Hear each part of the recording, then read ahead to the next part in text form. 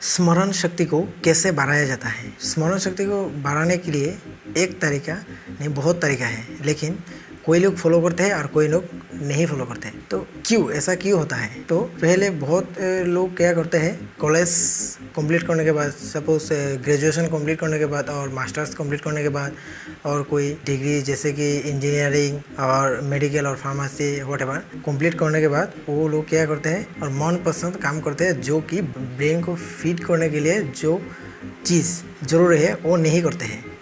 तो इसी तरह ब्रेन की जो क्षमता, रिमेम्बरिंग जो पावर है, वो धीरे धीरे खो जाता है। तो इसी पावर को कैप्चर करके रखने के लिए डेली बेसिस पर और after 1 day or 2 days you have to learn something, you have to feed something to your brain, just to remember that your brain will develop such a knowledge that you could never attain. So अगर आप इस चीज़ों को follow करेंगे, कोई भी किताब नहीं पढ़ते हैं, कुछ नया चीज़ सीखने के लिए तैयार नहीं हो, तो आपके ब्रेन की जो रिमेम्बरिंग पावर तो धीरे धीरे खो जाता है। ये तो कॉमन बात है। लेकिन 70 to 80% लोग कुछ नहीं करते हैं। सपोज मान लो आप 6 months कोई भी पढ़ाई कम्प्लीटली छोड़ दिया, पढ़ाई को आप कम्प्लीटली 6 months के लिए छोड़ दिया, तो 6 months बाद आपका जो ब्रेन का जो रिमेम्बरिंग पावर वो बहुत लो लेवल होगा। तो आप विश्वास नहीं कर सकते कि आप इतना पढ़ने के बाद भी आप नहीं स्मरण कर पा रहा है। तो क्यों? अगर आपकी ब्रेन पावर को पहली तरह कैप्चर करके रखना चाहते हो, तो आपको डेली बेसिस पर अपने ब्रेन को कुछ ना कुछ देना पड़ेगा। डेली कुछ ना कुछ टास्क को आपको कंप्लीट करना पड़ेगा। लेकिन ब्रेन को कभी कुछ नया सीखने से मत रुकिए।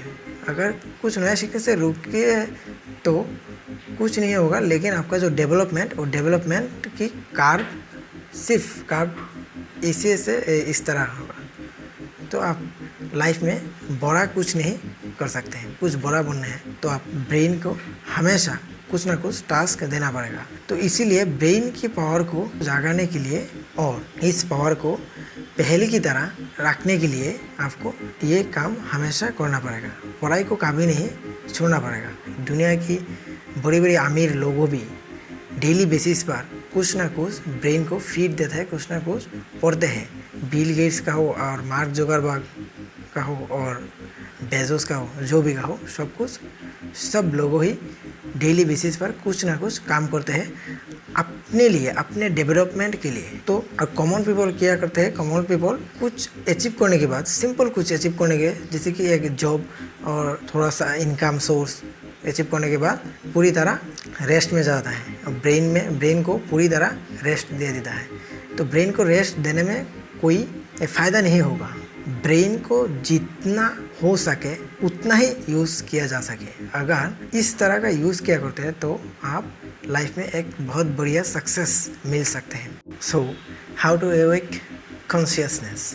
ब्रेन को हर दिन कुछ ना कुछ टास्क देना पड़ेगा, कुछ ना कुछ टास्क देना चाहिए। और अगर इस तरह का टास्क अपने ब्रेन को देते रहेंगे, तब जाकर अपने ब्रेन की जो एक्चुअल पावर और एक्चुअल डेवलपमेंट वो आप नोटिस कर सकते हैं कुछ दिन बाद और कुछ साल बाद। ब्रेन की पावर को लेकर लियोनार्डो दा विंची एक बेहतर बात कहा था।